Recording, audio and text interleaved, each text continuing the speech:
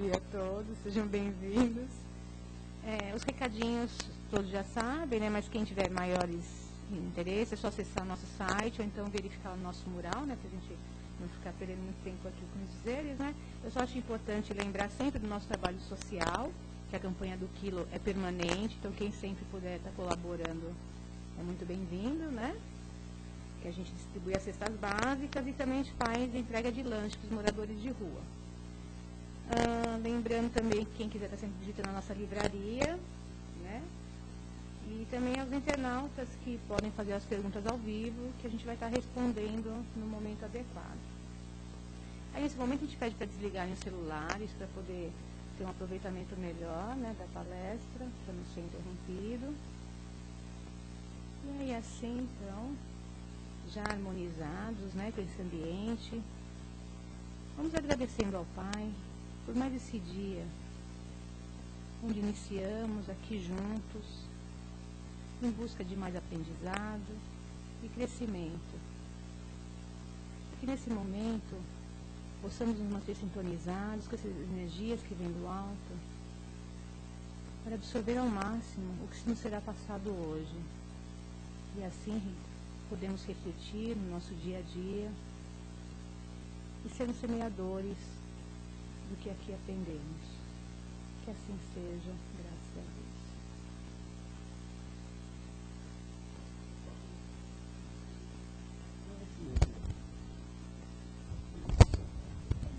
Muito bom dia. Bom, hoje o tema é tirado do livro Horizontes da Vida. João Lemos Maia, né? Miramês, o espírito de Miramês, ele vai falar sobre carregamos o que pensamos.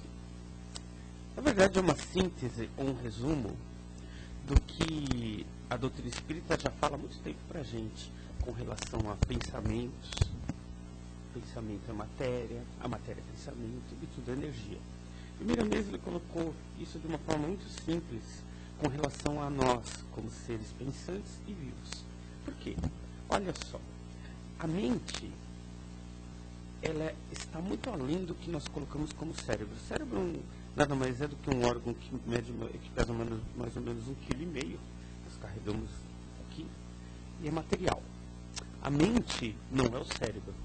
A mente, ela está além do cérebro. Toda vez que a gente confunde mente com cérebro, é como, por exemplo, a gente vê um carro na rua e achamos que ele é o próprio motorista. Na verdade, o carro ele tem motor, ele tem tudo que tem um carro comum, mas não é ele que se dirige. A mesma coisa a mente. A mente, ela é superior. Nós, no fundo, somos a mente. E se nós formos ver a literatura espírita, vamos ver que o espírito, no estado mais puro, é a mente. Nós utilizamos o cérebro, e aí sim, o instrumento material, para comunicação com o corpo. É a mente que gera movimentos, é a mente que gera, através dos pensamentos, as ações do corpo. E é a mente também que vai induzir em nós pensamentos e sentimentos. Então, no fundo, é a mente. Aquela historinha que todo mundo ouve muitas vezes, não, porque a carne é fraca. Não é a carne que é fraca, é a mente que é fraca. Sendo fraca, ela gera no corpo as debilidades e as condições que o corpo sofre por causa justamente da nossa própria condição mental. Então, a mente, em primeira instância, é que gera todas as condições em que nós nos encontramos hoje. O Kardec, lá no Livro dos Espíritos, lá na parte no Evangelho segundo o Espiritismo, lá no capítulo 27, ele diz o seguinte: existe um oceano que envolve a todos nós, tanto materiais como espirituais, ele chama de fluido cósmico ou universal. Ele está em volta de nós. O Kardec ele diz o seguinte ali: é como se fosse o oceano para o peixe, mas o oceano está circunscrito ao próprio planeta. O fluido universal, ele está em todo o universo. E através desse mesmo fluido universal é que se dá a comunicação entre os pensamentos. Porque o som, quando a gente fala alguma coisa, ele chega em algum lugar porque existe o ar. Então ele está indo para algum lugar. O fluido universal, ele transmite o que pensamos. Então, se eu penso alguma coisa, é o fluido universal que está levando e trazendo o pensamento de umas pessoas, de uns para os outros aqui. Então, lá no capítulo 27, o Kardec ele se aprofunda até mais a respeito, para quem quiser entender melhor o conceito do fluido universal, vão entender bem que ele não só abrange o universo todo, mas ele também propicia todo e qualquer tipo de comunicação mental. Quando oramos na nossa casa, ou estamos num ambiente que consideramos sagrado, estamos fazendo uma comunicação. Essa comunicação, ela se dá através desse fluido. Vai chegar na pessoa? Vai chegar no espírito? Vai. Vamos receber isso de volta? Vamos. Então, toda essa comunicação acontece dessa forma. Nós temos a ligação. E essa ligação, ela vai existir sempre. O intuito aqui de pensarmos, de sempre estarmos preocupados com o pensamento é justamente isso. Por quê?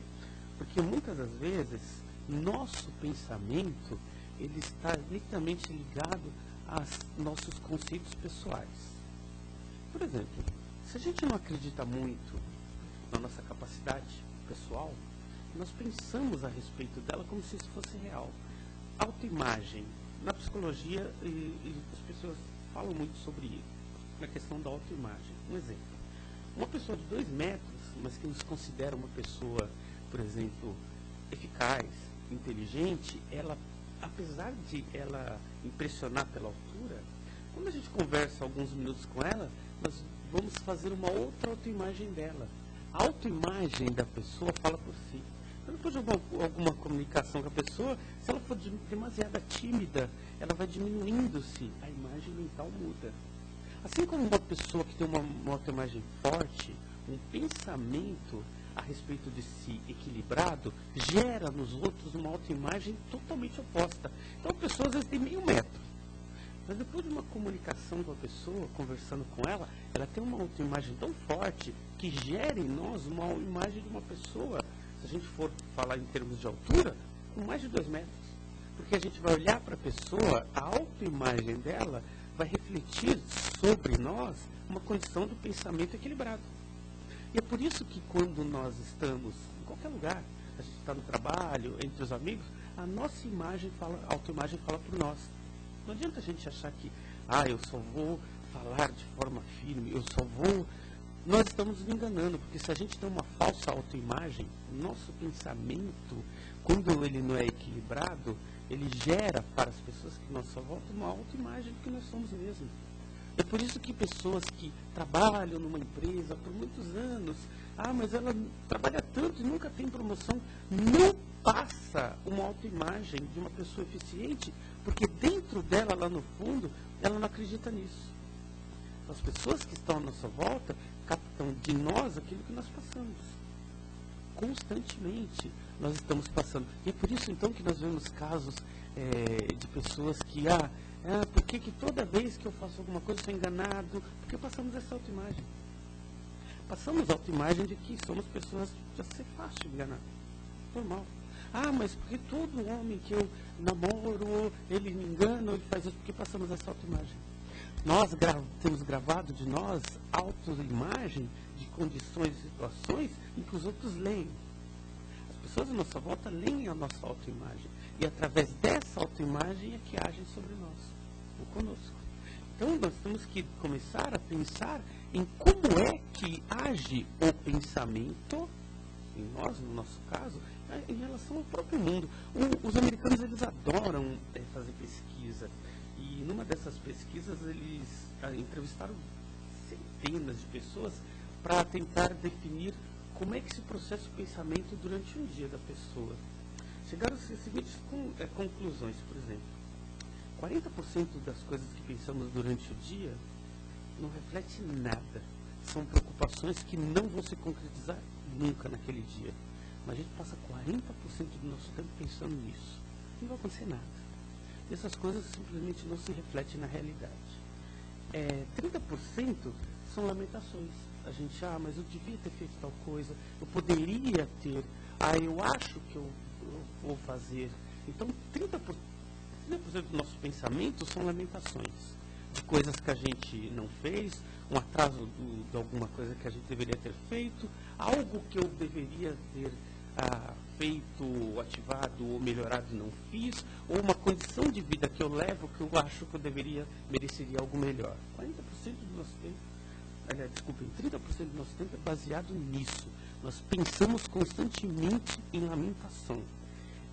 12% em preocupação. Preocupação de coisas também que não vão se realizar. Mas com relação à saúde mesmo, com relação a pessoas que estão fora do nosso ambiente. Mas então passamos muitas vezes 12% pensando na vida do outro. O outro deveria fazer, o que o outro está fazendo, o que eu deveria fazer em relação ao que o outro, que eu nem estou vendo. 12% é isso. E aí passamos 10% restante, não porque ainda falta algum pouquinho, mas 10% pensando em banalidades. Aí são as banalidades mesmo.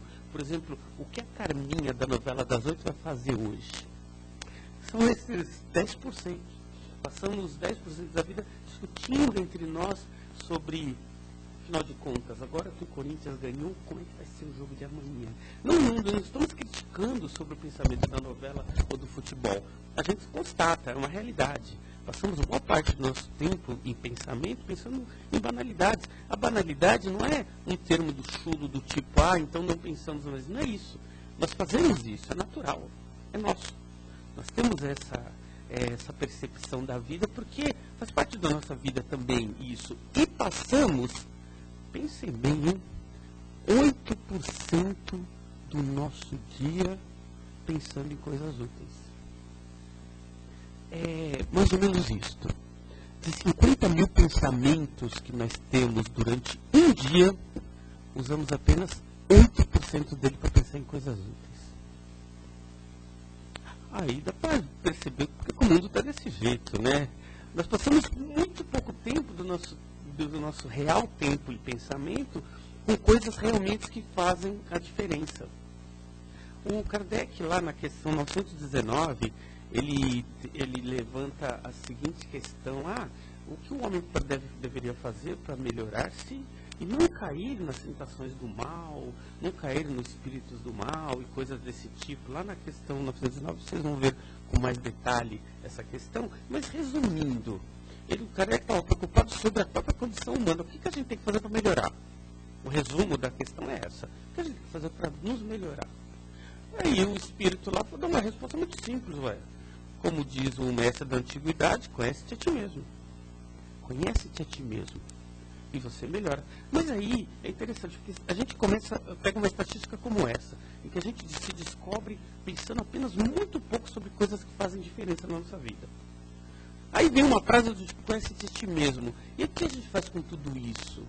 É preciso, então, começar a ter uma forma. Não adianta a gente simplesmente falar: eu tenho que me conhecer melhor. Tá bom. E a gente sai, vai trabalhar amanhã, a gente até esqueceu o que acontece. Então é preciso que haja um plano. Plano de evolução?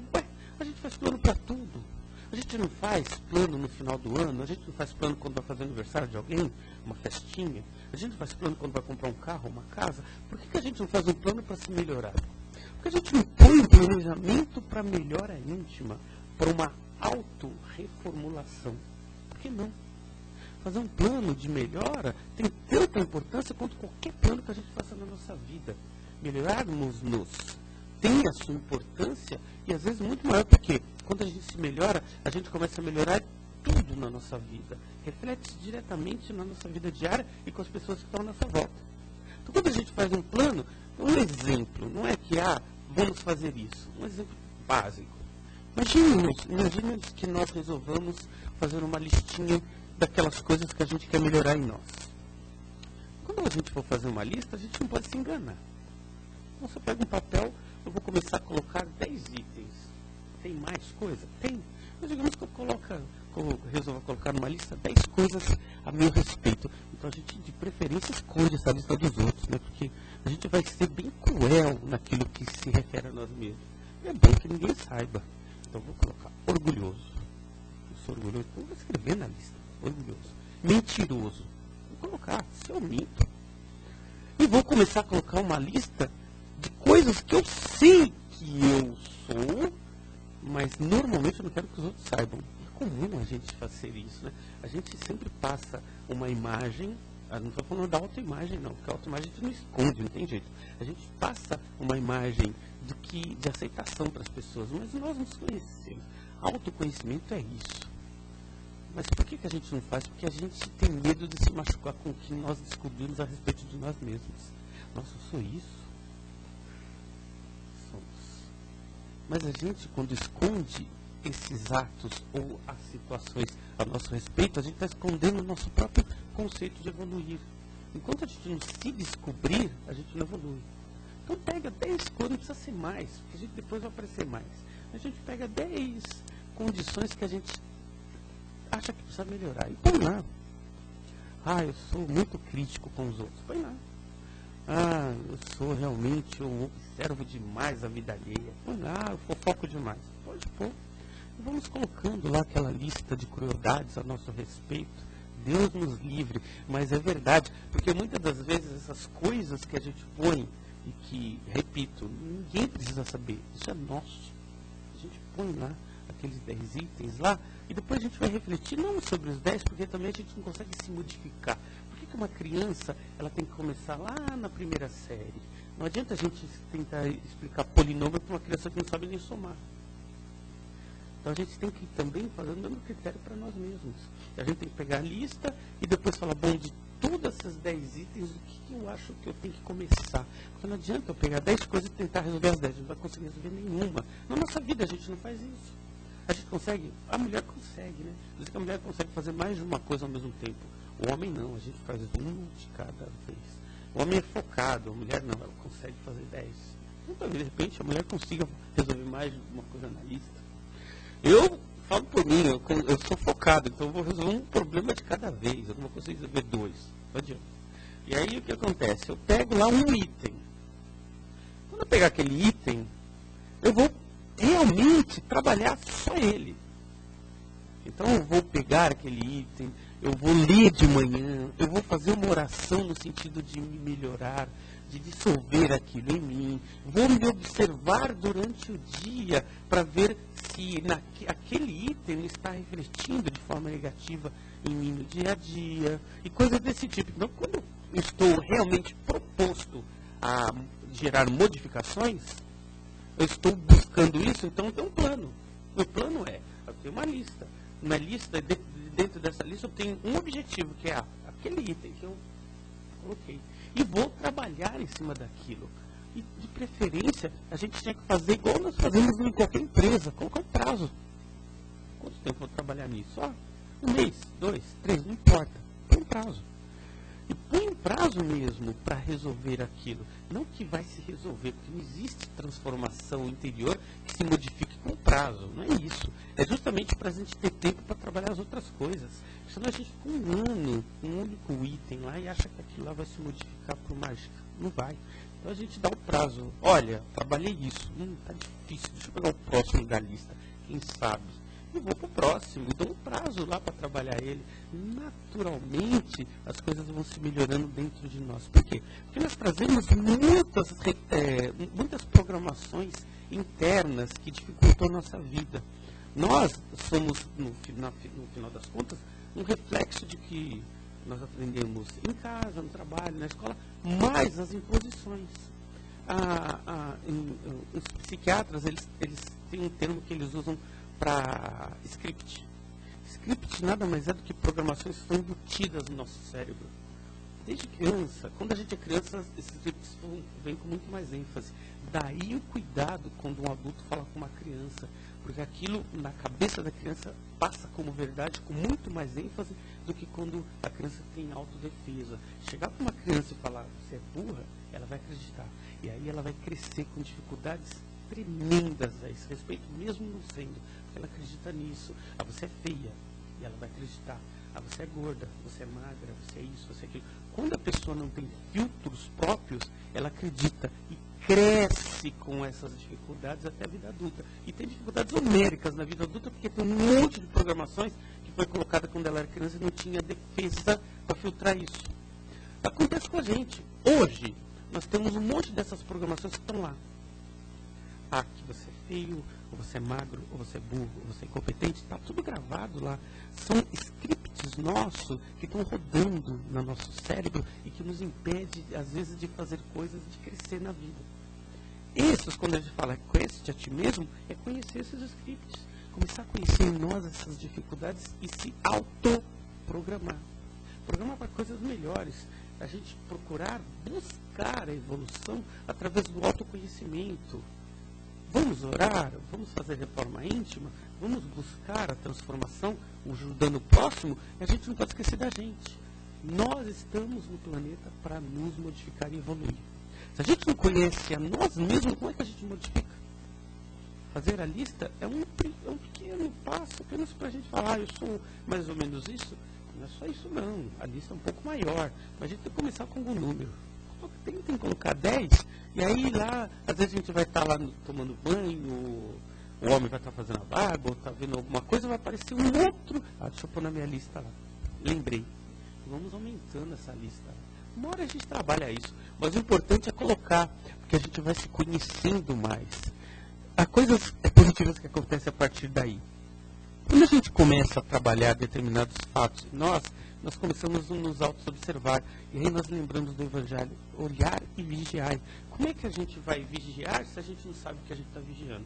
Quando a gente tem um objetivo, a gente está vigiando algo que a gente conhece em nós. Opa, eu não posso falhar nisso. E aí a gente começa a se auto-observar. Quando a gente começa a se auto-observar sobre coisas que a gente quer mudar, acontecem outras coisas positivas. A gente, além de começar a ficar ativo com aquilo, a gente começa a perceber melhor a vida.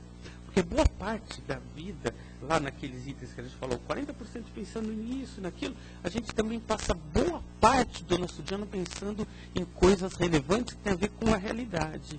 Muitas das vezes nós estamos dirigindo, ou no metrô, ou no ônibus, não importa, pensando em algo que está tão fora da nossa realidade que a gente não está vivendo naquele momento. E aí as pesquisas dos americanos também, que eles adoram pesquisas, levam também a crer que eles dizem o seguinte, de um dia tem 24 horas, mas nós não vivemos essas 24 horas.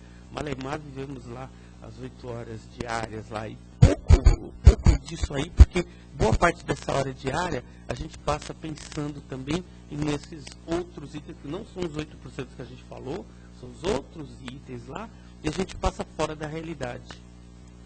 De um dia, a gente passa 2 horas na nossa realidade, vivendo a realidade, percebendo a realidade. Um dia, 2 horas. Todo o resto, a gente provavelmente está pensando em algo muito fora da nossa realidade, estamos ouvindo alguma coisa, lembrando de algo que aconteceu, nos arrependendo de alguma coisa, não estamos focados. Então nós passamos a boa parte da vida fora da nossa realidade. É aquele caso, por exemplo, um exemplo claro para a gente perceber quando acontece isso, eu estou dirigindo, ou indo para minha casa, ou indo para algum lugar, e de repente, aquele período, ou quando, por exemplo, um exemplo desses que a gente vai perceber bem, eu faço um determinado caminho, nem percebi o caminho, ou estou dirigindo para minha casa e nem percebi quando eu chego, ou quando eu estou lendo um livro, passo algumas páginas, o que eu li mesmo? Esses períodos de branco são períodos da nossa vida.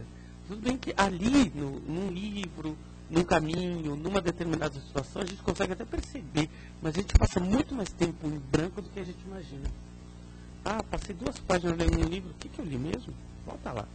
O que eu almocei mesmo hoje? O que eu jantei? Com quem que eu conversei mesmo? Esses períodos são maiores do que a gente imagina. Essa é a falta de realidade. Essa falta de realidade faz com que a gente fique nesse marasmo em relação a nós mesmos. A gente não muda a nossa vida porque a gente nem percebe a vida passar. Então, quando a gente tem um objetivo, a gente começa a perceber melhor a vida. Percebendo melhor a vida, a gente consegue viver mais tempo. Por que o tempo passa tão rápido nos dias de hoje? Nosso tempo está voando. É porque a gente não está percebendo mais ele.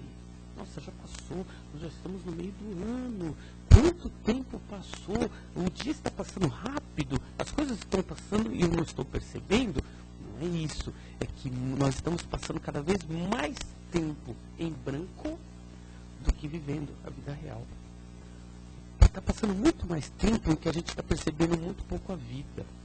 A gente tem que começar a perceber a vida vivendo o presente agora. O nome presente não vem à toa. É um presente para nós. E se a gente perde noção dele, a gente começa a perceber, ou perder, melhor ainda, a gente perder a grande chance de gerar melhoras em nós mesmos. Então, fazer um plano, gerar um plano, seguir um plano de evolução, não tem nada a ver com algo irreal, não. É real. Faz parte da nossa vida. Então, criar esse plano e sentir que ele está funcionando ou não, também está dentro do nosso foco. E pode acontecer coisas do tipo, tudo bem, eu resolvi que eu vou trabalhar em determinada condição. E aí tento, e vai acontecer sim da gente descobrir que aquilo a gente não consegue trabalhar. Por quê? Me irrito com facilidade em determinada situação. E eu vou continuar me irritando mesmo trabalhando isso. Aí a gente vai perceber que a gente precisa de uma ajuda externa. Muitas das vezes vou precisar de uma terapia holística, sei lá, ou trabalhar com florais para melhorar isso, não importa. O importante é que eu descobri que eu preciso mudar e que eu não consigo, através da minha própria força pessoal, mudar. Eu vou através dos florais, vou mudar isso, vou gerar condições para aquilo se tornar realidade para a minha mudança. E outras coisas advêm também dessa mudança. Exemplo, muitas vezes a gente acha que determinada condição da nossa vida é errada. Por exemplo, eu fumo, então vou colocar na minha lista que eu preciso parar de fumar. E a gente tenta e não consegue, e tenta e não consegue. Fala, mas por quê? Porque muitas das vezes, o exemplo do cigarro serve para qualquer outra coisa. É porque o problema não é o cigarro ou o fumar em si. Muitas das vezes o fumar ele está ligado a um outro problema, de deficiência na infância, falta da mãe, falta do pai. Muitas das vezes, e aí, gente, é uma questão, os psicólogos falam isso, não sou eu, que o cigarro é falta de a criança voltar ao seio da mãe, o cigarro. E muitas das vezes o cigarro está muito ligado à carência afetiva. A carência afetiva gera a necessidade de aproximação materna. A aproximação materna, a única coisa que nos lembra a aproximação materna é a amamentação. O cigarro, inconscientemente, é uma reaproximação da afetividade materna. Aí, obviamente, não vamos ficar viajando muito na situação. Apenas para entendermos o seguinte, que muitas vezes nós vamos atacar o problema da forma errada.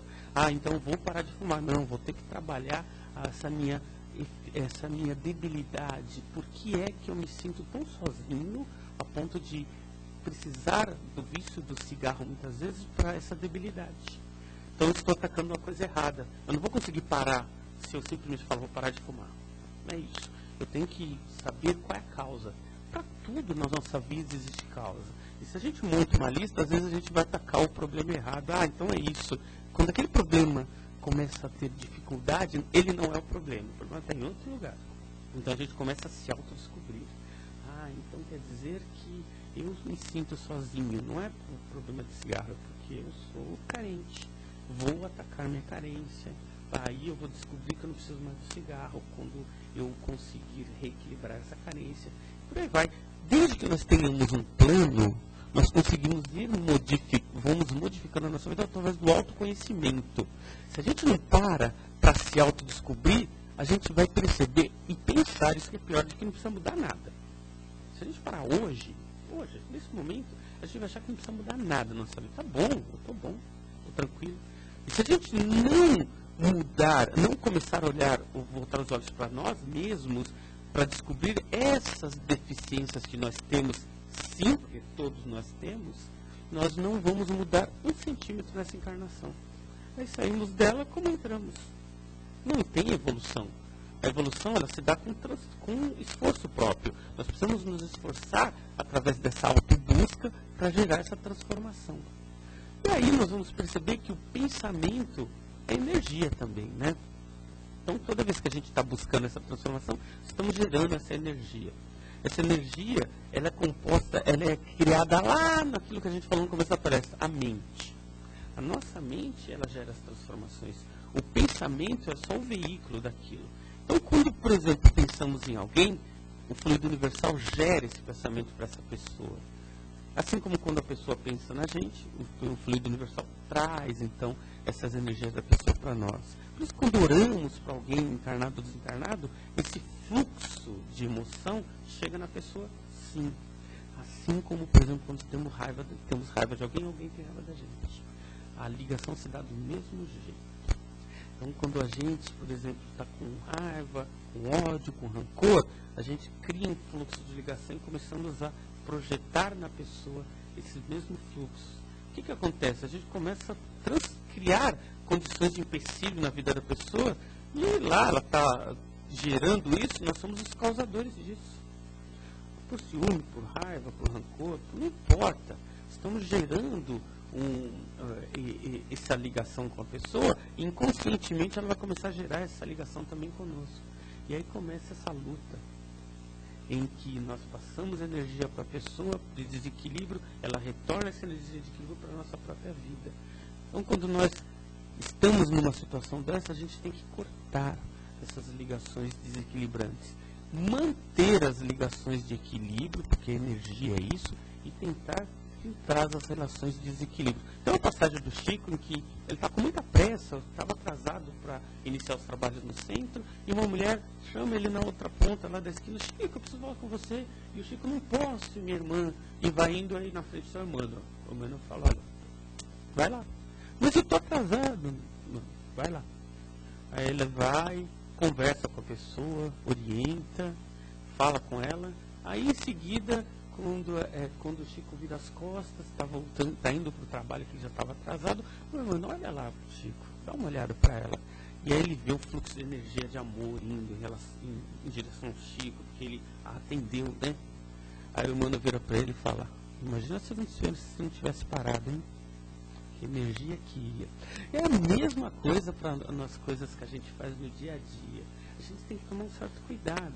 Nosso pensamento, ele gera esse fluxo de energia em todo momento. A todo momento a gente está gerando e recebendo energia. A gente pensar no fluxo no momento em que a gente está atendendo, conversando com as pessoas, a gente tem que gerar esse equilíbrio de forma positiva. E nós, em primeira instância, nós somos grandes responsáveis pela nossa própria situação espiritual. Por quê? Ora, é simples. O fato da gente, por exemplo, por que muitos de nós não têm o que a gente chama de proteção espiritual? Proteção por que constantemente somos atacados por espíritos, pelos pensamentos maliciosos que vêm na nossa mente? Porque a gente não se protege. A oração, ela vem através do pensamento e da emoção e gera esse fluxo de proteção com as divindades. Quando nós não oramos, ou não pensamos, ou não fazemos nada disso, nós desestruturamos o próprio ambiente que está à nossa volta. Porque não existe proteção nenhuma. Então fica muito fácil espíritos de qualquer tipo de situação e pensamento se aproximar da gente. É normal. Porque a gente não está se protegendo, a gente nem tem o hábito da oração ou do pensamento equilibrado. Nós não temos isso, somos alvos fáceis. O próprio Kardec nos lembra sempre: nós estamos ombreando com espíritos encarnados e desencarnados a todo momento. Todo mundo é bom? Todo mundo é ruim? Isso não importa. O importante é que nós estamos de lado a lado com qualquer tipo de espírito. Se a gente não fizer o básico, precisa fazer o básico ora, por que antes de dormir eu não faço uma oração equilibrada? Elevando o pensamento para que aquela hora de sono seja realmente equilibrante. Que na hora que eu acordo eu não faço uma oração para que o meu dia se estende de uma forma equilibrada e boa. Então, a oração, por que não fazemos oração antes da refeição? E essa oração antes da refeição não precisa ser aquela oração de para tudo, que eu vou orar, não, é pensamento. Só levo o pensamento, eu estou com meus colegas de trabalho ali, eles vão ver. Não, eles não vão ver nada, porque oração é pensamento. Eu pensei, eu gerei um fluxo de energia bom naquela hora. Aí eu vou me alimentar e eu já me protegi até as pessoas que estão à minha volta lá naquele momento. Ninguém me percebeu. Eu não precisei, a oração não precisa de ritual nenhum. É pensamento. Quando a gente faz isso, a gente está gerando energia, essa energia, esse fluxo de energia melhora até o assunto que vai ser falado naquele momento lá da oração. Então, orar e vigiar é justamente fazer dele um instrumento para o nosso dia a dia. Nos livros do André Luiz, para quem já leu, vai perceber muito isso. Toda a oração que o André Luiz faz, lá nos livros dele, ele fala que todo final de oração, ele recebe fluxo como pétalas de rosas que vêm do alto e são absorvidas pelo perispírito lá daqueles que estão encarnados. Nós, quando oramos, recebemos esse mesmo fluxo. Todos nós, qualquer um de nós. Se parar agora e fazer uma oração, os fluxos vão vir. Por quê? Porque o plano superior está constantemente enviando. A gente só precisa sintonizar para receber esse fluxo. A gente só não vai ver, mas vai sentir. Então, a oração constante é um fluxo constante com energia superior. Se a gente se habituar a gerar oração, pensamento, sentimento, nós nos habituamos a receber do alto. E aí nós vamos também gerando em nós condições de equilíbrio cada vez melhores. Nós vamos nos tornando pessoas melhores, mais equilibradas e conseguimos a partir daí melhorar o ambiente à nossa volta. Quando não temos esse vínculo com o alto, não oramos, nosso pensamento está vagando constantemente, nós não pensamos, estamos lá naqueles 8% e olhe lá, né, como foi falado aqui, nós falamos sobre boa parte do nosso pensamento. Se a gente mata naqueles 8% de coisas úteis, é porque boa parte da nossa vida diária está no influxo de qualquer coisa. Estamos pensando em qualquer coisa, menos em coisas úteis. Então estamos lá fadados a receber o pensamento de outros também que estão desequilibrados. Estamos fadados a receber energias que não estão condizentes com o que queremos, porque somos pessoas que queremos evoluir, mas não fazemos o básico. Buscar o básico é realmente nos harmonizar. A partir do momento que a gente pensa nisso, melhora isso, isso reflete na nossa vida. Pessoas equilibradas, e aí nós vamos falar um pouco sobre, até só para deixar claro, a respeito do que a gente comentou sobre a autoimagem. As pessoas equilibradas geram em si uma autoimagem melhor. A autoimagem melhor gera fluxo de confiança em todo mundo que está à nossa volta. Essa autoimagem melhora, não a condição só nossa, mas em qualquer lugar que a gente estiver. Então, quando a gente tem um hábito de oração, a gente busca a melhora em nós mesmos, não precisamos seguir o que foi falado, vou fazer uma listinha de coisas, mas façamos algo que realmente nos remeta a essa melhora. Se a gente faz, isso reflete na nossa própria atitude. E essa atitude pessoal gera em nós as condições de equilíbrio aonde quer que estejamos. Então, onde a gente estiver, a gente vai refletir. E quem estiver à nossa volta vai perceber isso. Vamos entender então que tudo é energia. A partir do momento que eu pensei, eu estou gerando energia à minha volta. Essa energia vai se impregnar onde eu estiver também. Então, o comum é que minha casa, onde eu habito, esteja impregnada com aquela energia que eu estou colocando no dia a dia ali. E se a minha casa não é um lugar muito bom, é porque a minha energia constante de pensamento não está sendo muito boa. Então, se a minha casa é boa, se eu sei que aquela energia é tranquila no sentido de, eu estou lá, eu me sinto bem na minha casa, é porque aquela energia em que eu vibro constantemente é boa. Então, é algo para a gente sempre refletir em nós mesmos. E ademais, só para terminar, nós temos que entender que nós somos, em primeira instância, responsáveis pela nossa iluminação. Nós. Não é o outro, não é o filho, não é o marido, não é o pai, não é a mãe, não é ninguém. Somos nós. Mas é porque quando eu era criança, minha mãe falou, meu pai. Não importa. Porque já foi. Quando nós nos tornamos adultos, nós temos a responsabilidade de transformarmos a nós mesmos. Nós temos essa capacidade também de nos transformar. Se a gente se torna prisioneiro de algo que foi criado, é porque a gente não fez o mínimo para se melhorar também, né? Então não adianta ficar criticando aqueles que, por exemplo, por uma condição, uma limitação intelectual ou material, não deu condição para a gente ser melhor. Mas é porque eu poderia ter sido se meu pai ou se minha mãe. Não, já foi. A partir do momento em que a gente toma as rédeas da nossa vida, nós somos responsáveis por ela. E nós temos que fazer o mínimo para nos melhorar. Qualquer coisa que o seja. Porque senão vai acontecer como acontece com muitos, né?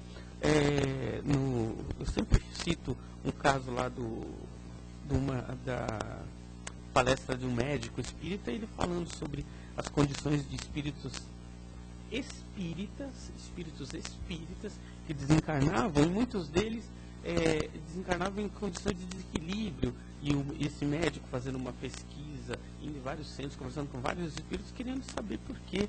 E os espíritos falavam no final para ele, olha, apesar desses espíritas se acharem espíritas, boa parte da vida deles, eles até ajudavam, iam fazer alguma coisa, mas a maior parte da vida deles, eles faziam banalidades, pensavam em banalidades, não pensavam naquilo mesmo que fazia. Ou seja, eles eram espíritas no sentido de religião, só, sou, mas não seguiam nada daquilo que estava. Liam lá um livro espírita de vez em quando, faziam um trabalho espiritual de vez em quando, mas a vida mesmo constante dele não era dedicada àquilo que ele fazia. Aí quando desencarna, não adianta ser espírita e desencarnar. Desencarnava como qualquer outro que nunca foi espírita ou que nunca entendeu nada sobre espiritismo e nas mesmas condições. Então essa dificuldade, esse médico foi buscar respostas para isso, porque ele não se conformava. Alguém que tinha acesso à literatura espírita, fazia trabalhos espirituais e depois, no momento que desencarnava como se nunca tivesse conhecido nada. Por quê? É porque grande parte de nós, muitas das vezes, usa pouca parte do tempo para se dedicar àquilo que aparentemente diz que acredita. E a grande parte do tempo age como agiria qualquer outra pessoa, até mesmo sem religião nenhuma. Esse é o problema. Então, se a gente não transforma, não traz para a nossa vida aquilo que a gente frequenta, não adianta muito. Então, nós temos que viver aquilo que acreditamos. Não fazer aquilo que a gente acha útil, já fiz minha parte hoje de manhã, agora eu posso voltar a ser eu mesmo, não adianta mais nada. Então, religião é religar com Deus. Se a gente não mantém essa religação durante os outros momentos da nossa vida, no trabalho, na família, em casa, qualquer lugar que a gente seja, não adianta muito. Não há uma religação, que é o fruto da religião. E o pensamento, no fundo, é isso, né? Então, tenhamos todos o pensamento constante e equilibrado. Muita paz a todos.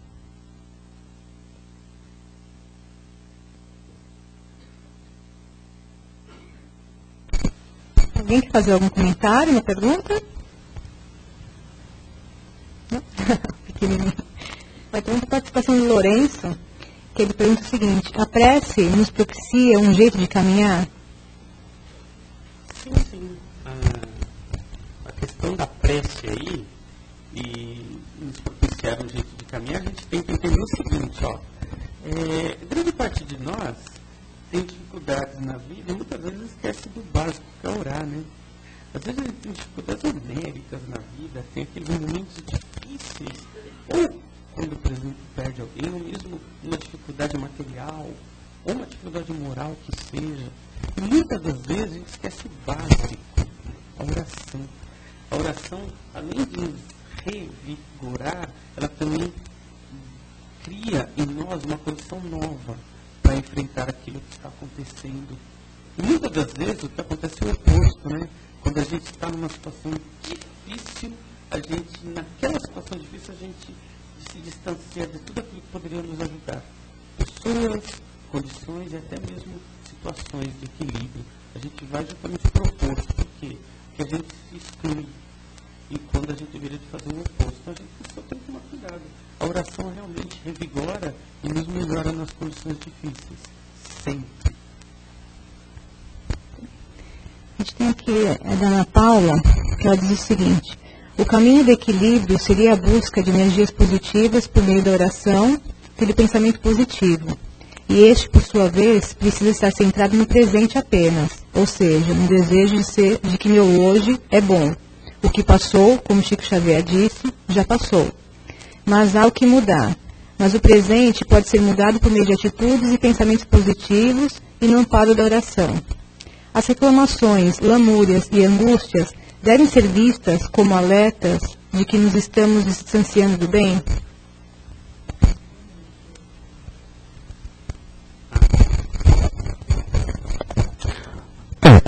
Eu gostei porque ela resumiu em poucas palavras toda a palestra aí, né, nas questões aí. Ela resumiu tudo, realmente. É o presente, é a busca do bem. E a lamúria, como ela disse aí no final, só repete o finalzinho pra gente. Emoções, lamúrias e angústias devem ser vistas como alertas de que estamos nos distanciando do bem? Isso, realmente. Aí ela ela praticamente expôs aqui. Obrigado, né, porque você realmente resumiu a palestra toda aqui em poucas palavras. E as lamúrias e reclamações, realmente elas têm a ver com justamente o desequilíbrio pessoal. Quando a gente começa a reclamar da vida, quando a gente começa a se lamuriar, alguma coisa está errada. Não com o problema em si, mas conosco. Estou começando a reclamar demais do meu trabalho. Alguma coisa está errada com o trabalho sempre esteve lá comigo. Estou começando a ter problemas demais na minha casa, com a minha esposa, com meu filho. Comecei a reclamar demais sobre isso. Eu não tenho que olhar para fora de mim, tenho que olhar para dentro de mim. Sempre o problema está em nós. Nós refletimos aquilo que pensamos. O mundo não muda. Nós é que mudamos em relação ao mundo. Mas quando a gente muda, o mundo muda.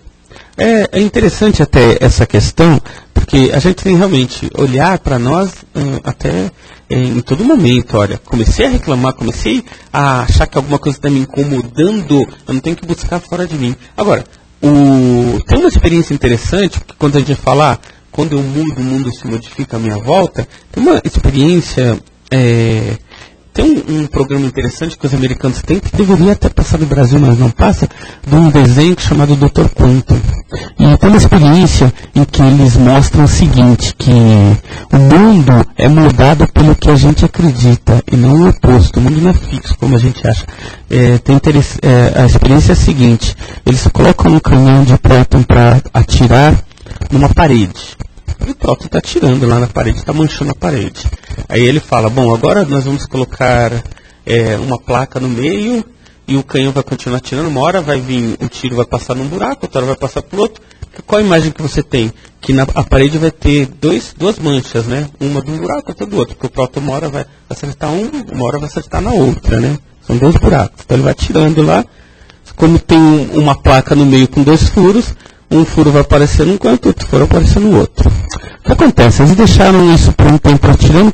Quando foram olhar lá, não tinham 2 marcas, que são 2 furos, tinham várias marcas. E ninguém entendeu. Os cientistas ficaram sem entender. Falaram, como é que é possível? Eu coloquei lá uma placa com 2 furos e eu estou vendo 10 marcas do outro lado. Isso não pode acontecer. Então, alguma coisa está acontecendo de errado. O que é? Aí o que eles fizeram? Eles ficaram observando. Falaram, agora vamos olhar para ver o que está acontecendo. Colocaram uma câmera para ficar olhando. Aí o que aconteceu? Quando eles começaram a olhar, o tiro de próton funcionou exatamente como eles acreditavam que funcionaria. Só ficou 2 marcas. Aí eles ficaram muito mais confusos. Falaram, mas como é que é possível? Quando a gente olha, ele funciona como a gente quer. Quando a gente não olha, ele funciona de um jeito totalmente aleatório. Eles chegaram à seguinte conclusão, que quando a gente olha o mundo se comporta de maneira que a gente acredita. E na física quântica isso é provado. Quando a gente está observando alguma coisa, essa coisa vai agir exatamente como a gente acredita. Quando a gente não observa, ela gera, ou ela simplesmente age da forma natural, que não tem nada a ver com nossas crenças. O que a gente quer dizer com isso? Que quando a gente muda nossas crenças interiores, e essas crenças anteriores é a nossa auto-observação, o mundo se transforma também. Então nós conseguimos mudar o mundo mudando a nós mesmos. A gente dá prosseguimento, né, e cumprir nosso horário. Aí quem quiser depois conversar com o Serginho, tá? Aí ele vai estar à disposição, né, Serginho?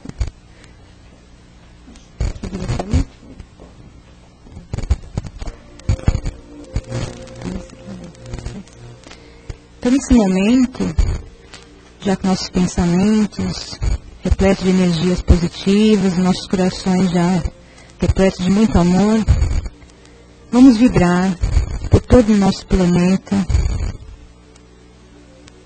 Vamos vibrar também por todas as instituições da área de saúde, sejam hospitais ou clínicas, os profissionais que também ali se encontram, para que exerçam suas tarefas com muito amor e respeito para com aqueles que sofrem com suas saúdes físicas ou emocionais fragilizadas.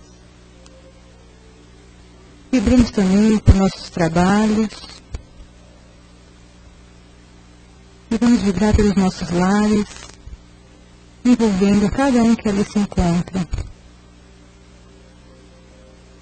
E assim, Pai, lhe agradecemos por mais essa oportunidade por mais uma semana que se inicia, repleta de oportunidades, e que estejamos sempre vigilantes com nossos pensamentos, palavras e atitudes, e que possamos ocupar da melhor forma possível o nosso dia a dia, fazendo o nosso melhor sempre. Que tenhamos toda uma semana de muita paz, saúde e alegrias. Que assim seja, graças a Deus.